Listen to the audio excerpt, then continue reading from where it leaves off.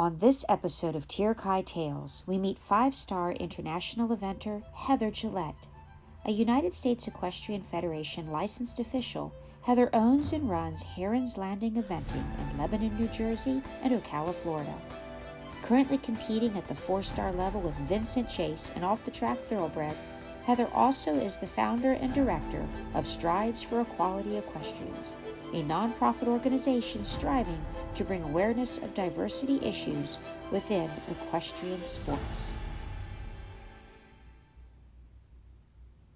Heather, thank you so much for joining us here today on Tir-Kai Tales. We're very excited to have you with us on this podcast.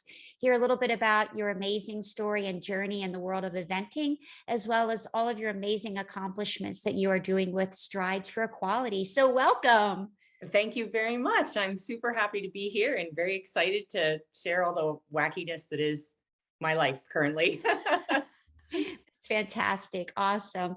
Well, we'll just kind of want to jump in a little bit with some of our questions, and then we'll just kind of go from there. And you've got such an amazing story, Jersey girl. I can't wait to hear all about it.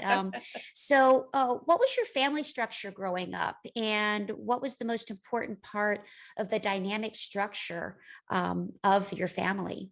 Well, I had, traditional family, 2 sisters, mom and dad. We were all at home. We had horses in the backyard that if we were riding them, we were also taking care of them.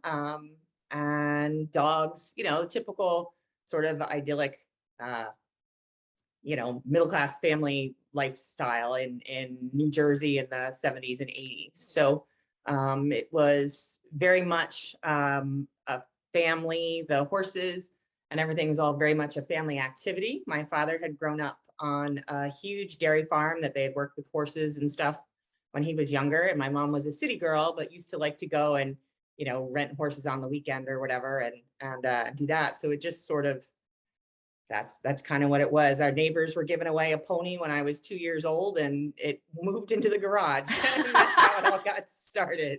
So, yeah.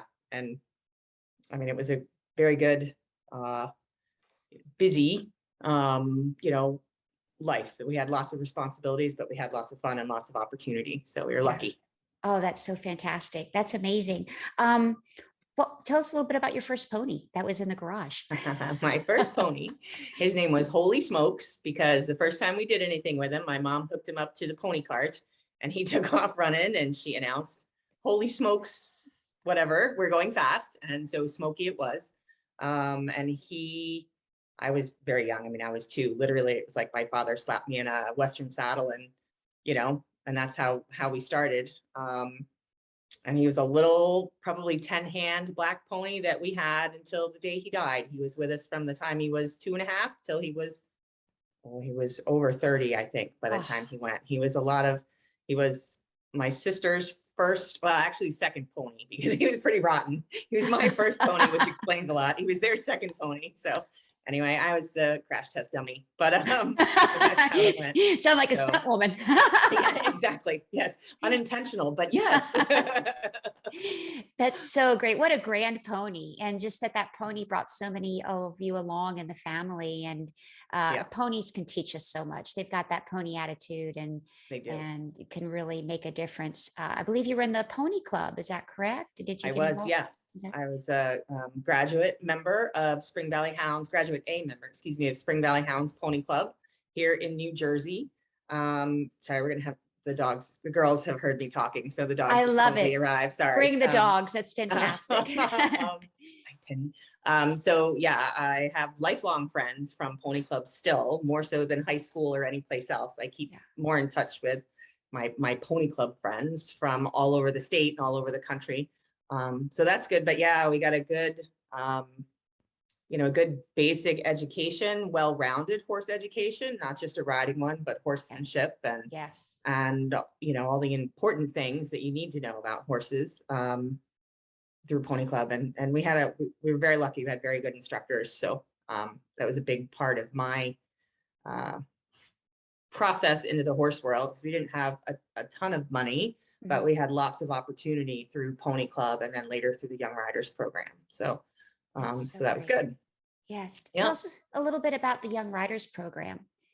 It's the United States, well, it was then the USCTA, United States Combined Training Association, but there are Oh, various areas throughout the country, and there are national championships every year where teams from like the New England area, and then this is sort of the New Jersey, Mid-Atlantic, Pennsylvania, Virginia area, and then the Southern area, and everybody gets together, and it's like a giant pony club rally, but not pony club event, eventing. yeah. So I participated in that, got some very good lessons with Wash Bishop and Stephen Bradley, and Oh, wow. and we were champions up. We were up at Bromont, where I just was last week, actually. But Yes. in 1990, I was there too, and yeah, our team won, so it was very exciting. But it was a little. They sent you to boot camp. You learned a lot. With your peers and spend a lot of time. And it's just that whole team dynamic, I think, is very important for going through life. There's too many people that think as individuals rather than thinking as a team. So between Pony Yes. Club and the Young Riders program, you get a lot of that, how to support, how to be empathetic if somebody didn't have a good day, and that sort of thing. It's all very important life skills, actually. And Yes. I think that's one of the biggest things I got out of both organizations. So That's amazing. That's so fantastic. What gave you the eventing bug? What would you say that was most inspired you for your current career path? And you kind of took a little circuitous route there. You went into corporate, I believe, and then I did. Yeah, just got snake bit by the eventing bug. So tell us a little bit I about did. that. Well, I mean, it basically, we started eventing instead of doing the horse show things when we were kids, because my father found out that when you're eventing, you have times. So you know when you're riding, and when you go to a horse show, you don't. You stand around and you wait at the gate and you wait till you go. So Yes, a boom, lot like the eventing it film was. That's set. how we It's did. right. Hurry up and Yep. wait. Exactly. So the whole, you have times, I know when I'll get home. Perfect. You're eventers. That's how we started. And Pony Club fostered that, was very much eventing driven. And then um, did the corporate gig briefly after college to sort of, kind of pave my way for horses or everything. I still did horse things. I was still teaching and riding a little bit while I was doing that, but it wasn't my career at that point in time. And then just realized how low a tolerance I had for bureaucracies and that sort of nonsense, and met a fabulous horse through a place where I was training for somebody else, and sort of went, well, this is a pretty nice horse. I better get my act together and focus on this. So I did. And that's how Heron's Landing eventing was born. And then here we are many decades later. So yeah, Oh, so it's good. that's wonderful. Mhm. What was the horse that got you into this? Well, the horse that made me a professional Yes, and taught me most of what I know and use today was a horse called Pickle Road, Pickle Road. who was named for Pickle Road here in Tewksbury, just around the corner. I just drove by it a little bit ago, actually. He was born there, raced for people who lived on that road. And I found him in around Penn. He had come home from the track. He was sort of done. And he was kind of I don't know, they called him, the farm manager at the time said, oh, he was a rogue and he was trouble and he was this and he was that. And that right there to me is like, well, okay, I'm going to do him. It's like, yeah, Yeah. stupid, but it was good. And it took a while. And everything about him was a pickle. But he taught me a lot. We did a lot of things. I sold him at one point in time. After I had moved him up to advanced, we had done the Fair Hill International, had a good top 20 finish or what have you. Fantastic. And it was 2 years before the Sydney Olympics. Wow. And a lot of people decided they really, really liked him. I knew I really, really liked him, but lots of other people really, really liked him. They didn't know how bloody quirky he was, but anyway, he, that's where you insert lots of life lessons in Yes. that part. But Right.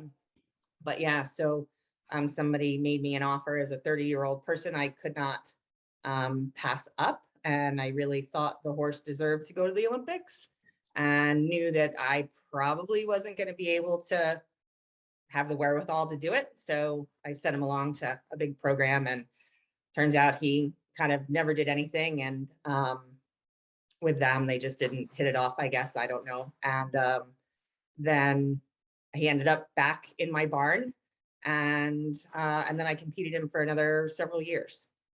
Okay. So that was good. Wow, that's awesome. Yeah. Um, Now you trained for Kathleen and Ken McDermott, correct? And then tell us a little bit about that journey and then how you came to Questy, our questionnaire. Okay. Well, Pickle, actually, I found Pickle as a 5-year-old at Ken and Kathleen's farm, Marywind in New Jersey. And she sort of had followed me along with him once I bought him and went off and we did our things. And he,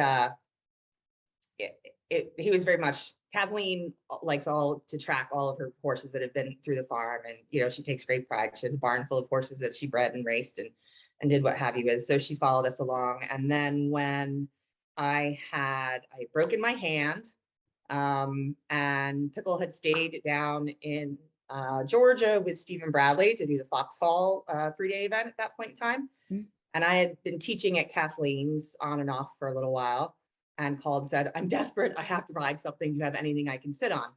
And she said, yeah, sure. Come on over. And I did and started riding there. And then it sort of came naturally, like, we have these horses that need riding.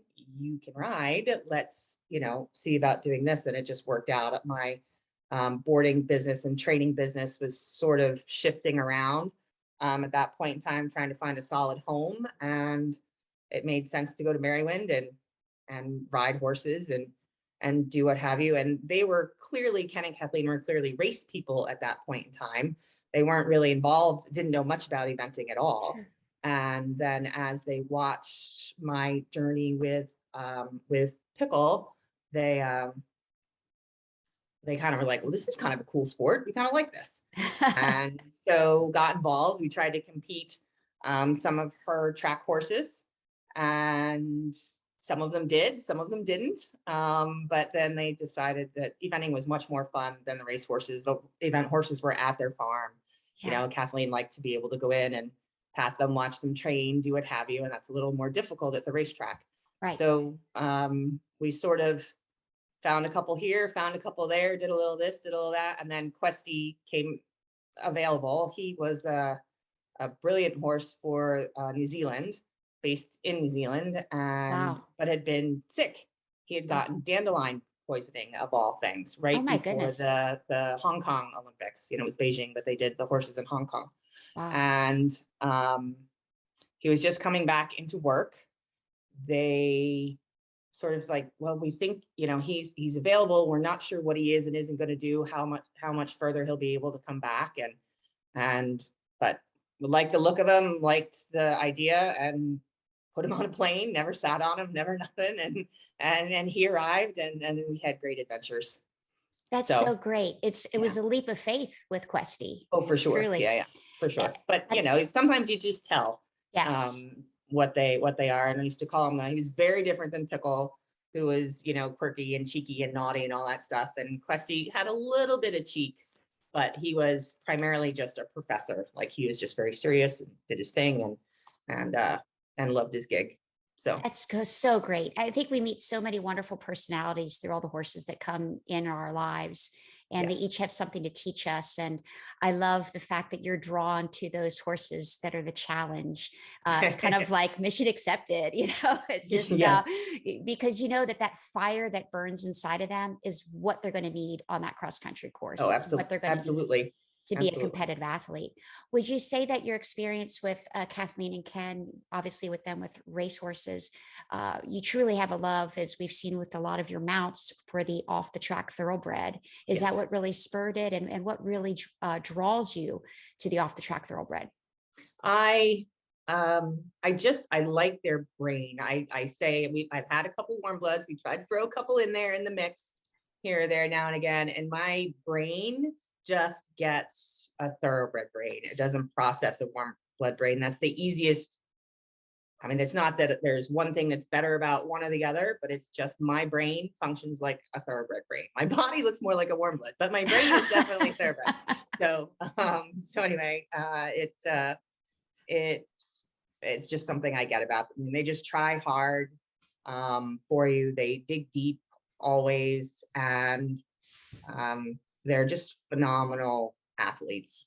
Um, you know, they're just Yes. they're just the ones I do. They're the That's ones I get. That's Yeah. so great. And like you said, it's what you get. It's what Yeah. your personality, your mindset, it's what matches you to your partner. Because that's really what it is in eventing, is it's the true partnership Yeah. between the two of you. You have to become one mind, and they'll pick up the slack for you and you'll pick up the slack for them, and you have to be working together. And if that personality matches, it just makes it a dream team.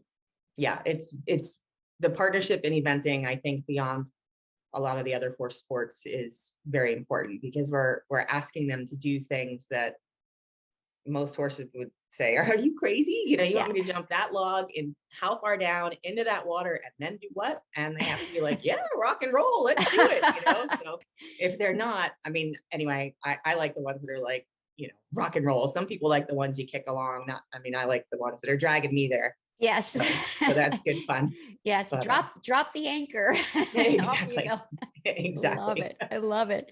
Um, Working with a lot of these amazing off the track thoroughbreds, and just you've had this great journey from Pony Club and a lot of people helping you. You mentioned teamwork. What would you say has been an impactful lesson learned from an inspiring person or an event in your life that has really helped you along?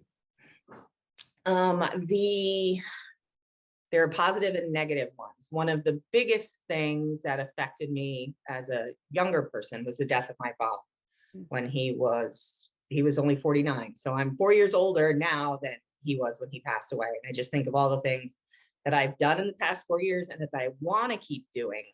Um, that just really sort of slapped me in the face with the, carpe diem. You're not necessarily here tomorrow. Yes. So do what you need, do what you can for yourself. And if you're not happy in what you're doing, you have to make a change, because it's not worth, you know, dropping dead in a driveway and not having lived half your life. Yes. So that was definitely a big thing. The decision to leave corporate and stick my neck out and do the horse thing full time was definitely uh, transformative, and that I was doing it by myself. It was no parachute, no nothing. Here we go. So that was a big deal. And I think recently, leaving Ken and Kathleen's and sort of getting back to doing what was important to me. They were extremely supportive people, Mhm. but it just sort of, I lost myself a little bit in there and just needed to find it again. And actually, the big part of that was buying my current horse, Vincent Chase. I bought my own horse for $5,000, a raggy pony out of a field. Well, not a pony, rather large creature out of a field, with a rotten little pony, Stewie, in the field with him that wouldn't let us catch him. But anyway, but just sort of needed to do that for myself. And then try and find the joy back in it all, and there's no guarantee that he was going to be anything close to the horse he is currently, but it didn't matter. He was going to be mine. I was going to figure it out. We were going to Yeah. do with what we were. And the fact that we're, cooking around at advanced right now is fairly amazing. So, I mean, I have people that are much cooler than I am that walk up to me all the time and go, "You're my hero. I can't believe you're doing this." I'm like, I can't be your hero. Do you know how cool you are? I cannot be your hero. So, but anyway, it's fun. But I think it's very important to that carpe diem thing Yes. stuck with me back then. So Yes. That's so beautiful. And I think people, you're so humble. And I think that's what makes a great hero is their humility. And tell us a little bit more about Vincent Chase. I was really thrilled this past year to watch you guys go around fantastic at Kentucky 3-day event. I was just so excited for you. You could hear thanks. everybody cheering in the big arena. I know you guys are just up at Bromont. You made a really amazing decision for your horse. So I just think your whole road, if anyone goes to the United States Eventing Association and looks up a lot of your articles that you've submitted, it's been beautiful. You've taken us along. People can go back and look at the archives and see how you shared your journey with Questy to get to Kentucky, and Yeah. now with Vincent to get to Kentucky. And talk a little bit about, if you will, the challenges, the setbacks, the things that happen. It's not just a simple one road journey, and you have had such resilience and persistence along the way. So you always put your horses first. And sometimes that means sacrificing a competition. And I think a lot of people need to remember that the horse's health comes first for their longevity. And tell us a little bit about some of those amazing triumphs and challenges with both of with your wonderful horses. The horses are heartbreakers, right? And then the best things ever. So Yes. you're always in a balance of somewhere in between, hopefully more on the best things ever than the heartbreaking part. But Yeah. they are horses, especially upper level horses. It's hard. We ask them to do a lot, and injuries happen, things happen. Vinny likes to try and kill himself in the fields perpetually. It's not even whilst running down the very large fences that don't fall down. It's Yeah. mostly not knowing where the posts in his field are. Oh my But goodness. so it is. It is honestly a wake up every day and see what it brings, because you could have an idea of what it's going to be, and then you go to the barn and your entire year changes, depending on what you find. Questy we got as an older individual. He was 12 or 13. He had a little bit of mileage on him or what have you. And we always sort of kept him together. And I just had a couple rotten luck incidences where he just had little injuries, not big injuries. We caught them early, and it just sets you back. And then, you wait a year and you go back again. And actually it was the same with Pickle. I mean, that was a 5-star horse if there ever was a 5-star horse. And he just, within 3 weeks of Kentucky on 3 separate occasions, had something stupid that just Oh, kept him out of it. So yeah. if you are not a resilient person, horses are not for you, because it's constantly, okay, plan A through Z, sometimes double A, double B, double C, Yes. and just keep your eye on the target. What grounds me in particular, and I think most eventers, is the partnership that we talked about, understanding your horse, knowing what they do and don't need, and knowing when they don't feel like themselves, and being able to make that assessment. That's again, part of the resilience and partnership, is trusting your gut, and trying to keep in mind where you're trying to go, but they're not machines, without sacrificing them. And I think coming out of a smaller barn, with one, maybe two, if I was lucky, two horses going at the upper levels at the same time, you learn to take care of them. You learn, I mean, I'm the one that does all the riding. I don't have a lot of working students. I don't have a lot of that. I sit on them 6 days a week. Yes. And so know what they look like in their stall, know how they behave when they tack up, when I tack them up. And it's just part of who I am as a horse person. I mean, I'm a horse person first, I think, and an eventer second. And I Beautiful. think that is a very important thing to remember. And I keep very much true to myself. I mean, at one point in time with Questy, we were at Fair Hill. He had run sort of, we had gotten our qualifying done on cross country or what have you, but he just wasn't quite himself. And I elected not to show jump. And we thought that meant, well, then we're out. Kentucky's not on our plans for next year or what have you. But, I was comfortable enough with that, because I didn't want to ask him to do something that, my biggest thing is I don't want to ask them to do something that is going to hurt their careers, hurt their lives, hurt their beyond asking them to event, but, ask them to do Absolutely. more than maybe what they should, or not pay attention. I mean, that's just one of those things that, um, Yes. I don't want to sacrifice them for my goals, I guess. Absolutely. Yeah. Their welfare, like you said, you are a horsewoman first. and Right. the sport comes second. Their welfare comes first. If they're well enough and you're well enough to enjoy the next journey of the competition, Right. then that's beautiful, you know. Yeah. So the horse's welfare comes first. It's Yeah. wonderful. You recently made a decision with your boy up at Bromont. Was it weather Mhm. related? I believe it was. He was going along Yeah. really well and just The, decided to take care of him. yeah. They got a ridiculous amount of rain Mm, several days before the horse trial started, and actually the first couple days of the horse show. And they worked, the entire team at Bromont worked very hard to try and put the best ground, the best footing and stuff out there. The takeoffs and the landings were all sorted out and were good, but the mud was just deeper than what I felt a new advanced horse yeah. should be going out and trying to tackle a Derek DeGrazia course on. I mean, Derek builds a Oh, great course. I yes. mean, Very a great technical. course. Yeah, yeah, and so educational and good for the horses, but they have to. I think they have to trust the footing that they're jumping out of and into, and honestly, if I'm questioning and not going to give them 125% of a ride, then it's greedy and selfish of me to ask him to accept anything less. Yes. So the fact that it was percolating in the back of my mind that Mhm. I wasn't sure he was super happy and maybe I wasn't very happy with the going, it's just smarter to walk home. I mean, Yes. Live to fight so, another day.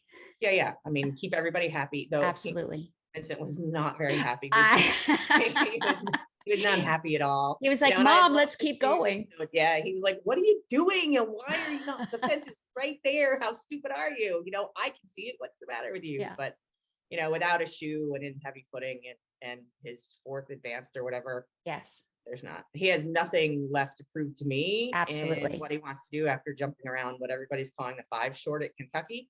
So you know, I just Yes. want to keep both of us smiling. My, you know, the crazy goals of being a team member and going to the Olympics and all that kind of stuff that drive you like crazy when you're in your 20s and 30s and 40s.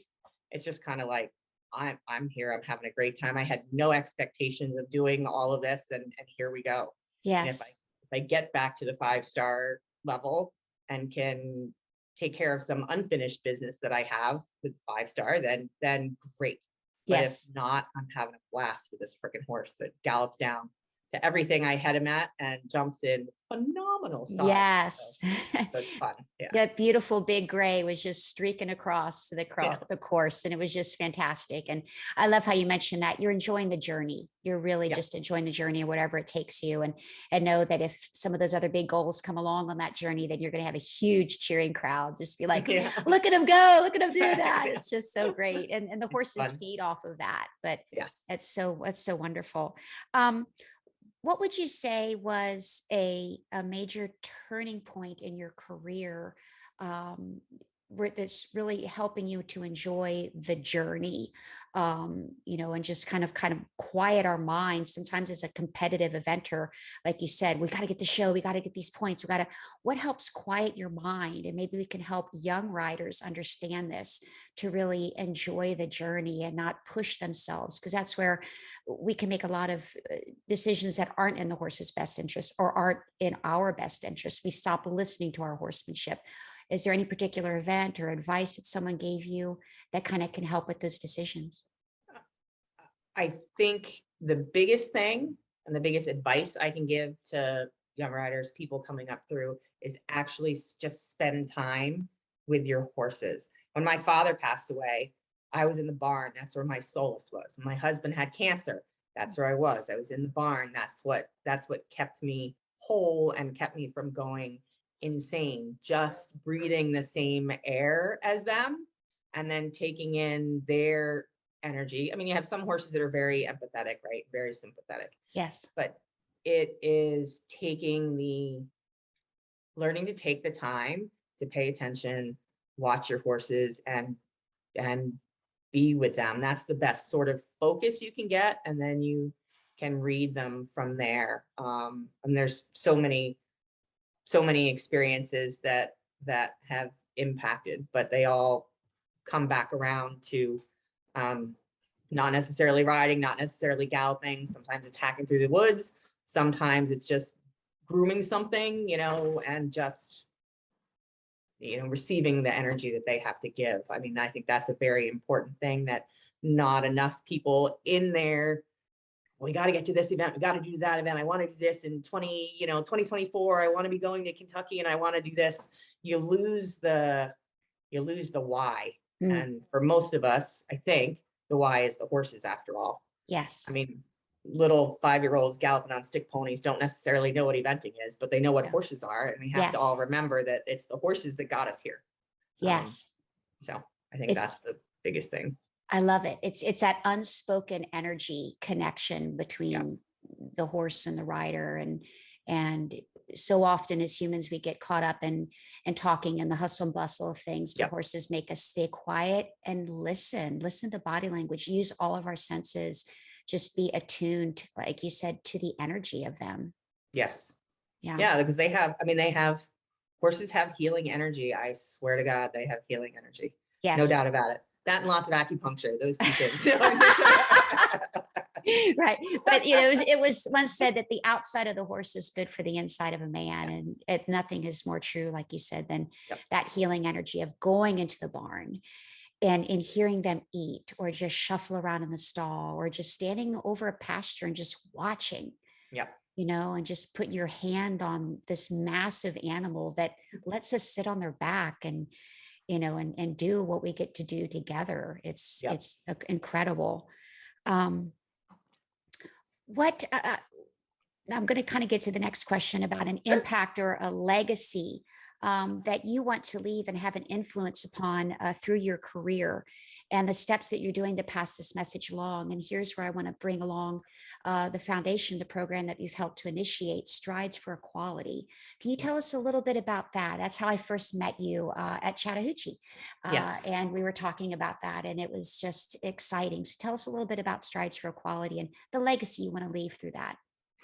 So Strides for Equality Equestrians started just 2 years ago now, feels like ages ago. And it was with my friend, Dr. Dr. Anastasia Kerwood. And it was after several things that the Ahmaud Arbery, the young man named Elijah in Colorado, and then George Floyd stuff that came along. And that sort of visceral reaction that people had on either side of the spectrum towards all of that. And in my belief, and in Stacy's belief, she's a horse person, and she's now a dressage rider. I'm very disappointed. She was an eventer, but anyway, no, she's. I digress. We have found such happiness, joy, worth in horses and the horse world, that the idea is to, why not open that up? Why not create greater access to individuals that don't have access to that? And it got started. Leslie Mintz, who was with the USEA, the Eventing publication, made a phone call to Stacy. She's a preeminent scholar and professor of African American history and studies at the University of Kentucky. She was also a client of mine when she was at Princeton, so we're friends. I mean, she's a doctor, but I just call her Stacy. But anyway, so Leslie called Stacy and said, "What do we need to expand? I mean, this is a sport. Horse sports are good for people, so we want to get as many people involved as possible." That's the pure version of what we're trying to do, right? It's a lot more work than that. And we have run into various headwinds on getting some of these things accomplished. And a lot of it, honestly, is just people can't expand their minds. Well, if you want to ride a horse, just go ride a horse. Well, that's easy to say if you're living in Long Valley, New Jersey, and there's 10 horse barns, your kid can ride a bike too. Right. So expanding people's minds to understand that this is something we need to work towards and make available to people as much as we can, and why it's a difficult thing to do, just sort of became a mission literally overnight when Leslie said she was having a hard time getting upper level riders to support, not even asking them to support Black Lives Matter, but just support DEI initiatives in horse sports. That was, people wouldn't come out and say, yeah, that's something we should do. Because there was so much, like I said, polarization about the whole idea. Sure. So anyway, I got upset that a lot of people that I know wouldn't come out and say, yeah, this is definitely something we need to encourage. And then I got really mad. Like, how can this be? What do you mean? How do you not want to share this with everybody? Right. And like, you're not going to lose anything bringing more people into the sport. Nobody is losing anything. No. Opening access up to this. So absolutely. I'm in the shower, mad, harumphing and carrying on, and talk to Stacy some about it. And I am by no means a scholar of any DEI issues. I just happen to have, I'm an ally, right? I was Stacy's ally when she was riding up here with me and that sort of stuff. I didn't even know what one was.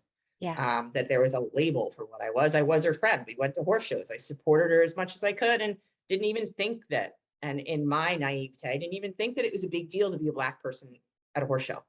Yes. So I know much more now, because one of the biggest skills you learn from sitting in a stall, watching a horse doing nothing, is how to listen and learn and pay attention. And so you can take that lesson and apply it to people's experiences. Shut up, listen, let, people say, oh, that's not an issue. It's not an issue. It's just, if they wanted to ride, they can. You got to listen to why it's a big deal, to why they don't have access, to why this is a thing. Right. So anyway, got out of the shower, woke up the next morning and was like, all right, well, I better stop belly aching about all this. If something needs to get done, I better just freaking do it. So in like a weekend, we created, I created and dragged Stacy along with me. Yeah, sort of kicking and screaming. Right. She's like, I'm like, you have to go over all this stuff. Are these good ideas? Are these not good ideas? But created what is now Strides for Equality Equestrians, which was focused on, initially our view has gotten broader and broader and broader, but to just create allyship, right? So people of color who go to a horse show don't feel like everybody's looking at them. Don't feel like everybody's assuming they're the groom, or everybody's assuming that how did they get here? That sort of thing, that it becomes an open and welcoming place. We have pins, our C pins. So, if you're at a horse show and you're feeling like you're alone, or like you need to look, you find somebody with a pin on, right? And then, like, rock and roll, you're great, keep going, kind of thing. Yeah. But, and then it grew to trying to create more access for individuals, which is how the Ever So Sweet, I'm jumping around a little, I apologize. No, I love it. This is great. The Ever So Sweet scholarship that with Sarah Kosmpluk and Edie Ramika, and through the USEA Foundation, we are twice a year offering amazing opportunities for BIPOC individuals, Black, Asian, Spanish, what have you, to go and immerse. It literally is an immersive experience in the horse world.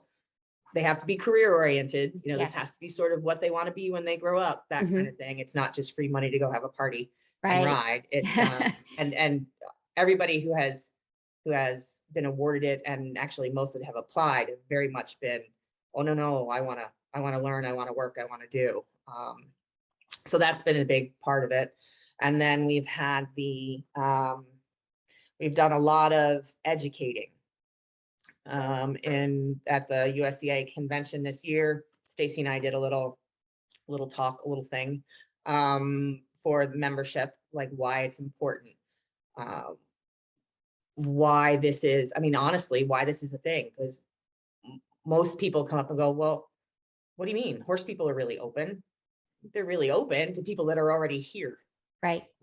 And that was a big experience that I had when we were new, we weren't even really official yet. But in starting C, we sort of nested it at the USEA, United States Eventing Association, And then they were like, so we're doing this. Would you start a DEI committee for us and do stuff with that? And we were like, okay, sure. Because it's basically at that point, that's what we were ushering along. It became a bigger thing. And it's got a little different direction now. But very important work. And that's where the education part of it comes in. We have to educate the membership of the USEA, of the USEF, of all sorts of horse organizations. Yes. Why this is important, and some of the visceral reactions some people have had to the thought of having even the thought of having a DEI committee was somewhat problematic, which was enlightening in itself. So anyway, that is what I really want to leave behind as I travel through. I mean, I'm a judge, I'm an official, I'm a TD. I mean, I love this sport. I love everything about it. And I love the people in it. And they're good people. They need to learn. They need to open their minds. They need to listen. They need to understand why these conversations are important to have. Yes. And understand that nobody's losing out in any of this. No. And if I can leave, if we can leave that impression with a greater percentage than exists now, than hopefully exists in 5 years. I hope this thing runs well beyond me. Yes. And then it makes it better for, there's no losers in this. No. And I think that's what I really want to leave behind. That's beautiful. Is there a poignant moment in your life to wrap up with, that really has made you feel absolutely connected with horses, with the world around you, with nature, with people? Just we're trying to find this connection on this planet, as we all have different interests and different goals and dreams. Is there a poignant moment in your life where you just really felt absolutely connected and like, yes, this is my dream, this is what I love doing, and this is what I want to pass forward to others? There are several. What gets me the most is when somebody young, really young, 4, 5, 6, 10 and below comes in the barn, and you just see the light go on, right? When you see, I mean, there are kids that just, horses are it. That's all there is. There's a young woman, I mean, she's 10. Well, she might be 11 now. She'll be very mad if she knows that I said she was 10 and she's really 11. Mac, who just, I mean, she just lives, breathes, eats, and sleeps ponies, and horses. And she comes in the barn and she just wants to be there all the time. That, I remember that joy. I remember that. That's the only place I want to be. And I think every time I see that in another child, another kid, it just fills me up. It refuels my tank, right? It's like, this kids like this, they get this joy out of this. That's why I'm here. And it sounds stupid, but I mean, horses can actually have a huge impact on your life. Yes. It'll make you much poorer, but it will hopefully make you slightly more mentally stable. Yes. But that it is, that light is, I mean, I dig it. I just think it's great. I love seeing that. The reaction to, I do the interviewing for the scholarship kids. Yes. So once we get down the top 2 or 3, I call them, I interview them, and then, I make the phone call when they've won, right? When we've decided who is the scholar. And that is just like, that's an amazing thing too, that the idea that, I mean, the one girl was like, I didn't think I'd ever stand a chance. I can't believe you, like, and to watch them take that and all the things, the opportunity that they have with that, and then go on with themselves Yeah. is, I mean, it's just amazing. Like, I cannot wait to see what they're going to do. And I can't wait to pick the next recipient and send them on their thing. I mean, I think that is super fulfilling for me right now, is just to see um, such a positive effect on somebody Yes. that maybe didn't think they'd ever have the opportunity, and that set them on that path, Yeah. and let them rip Yes. and go from Yes. there. And then be there, developing that network, developing that I mean, it's like being a parent. I mean, I'm not a parent. I don't have kids. I have stepsons, I have grandkids and all that kind of Yeah. stuff. But this is like, these are like, okay, little ducklings, now go on, sort of, and Yes. do your thing. And I just, that's a big thing right now for me. I mean, I think that is one of uh, the things I am most proud of in my life is creating C, and then having the scholarship go. I just think I mean, it's just it. Yes. We sat down, we wrote "See the Change, Be an Ally," and look at us, we're doing it. We're doing it. So that's kind of cool. So, but Beautiful.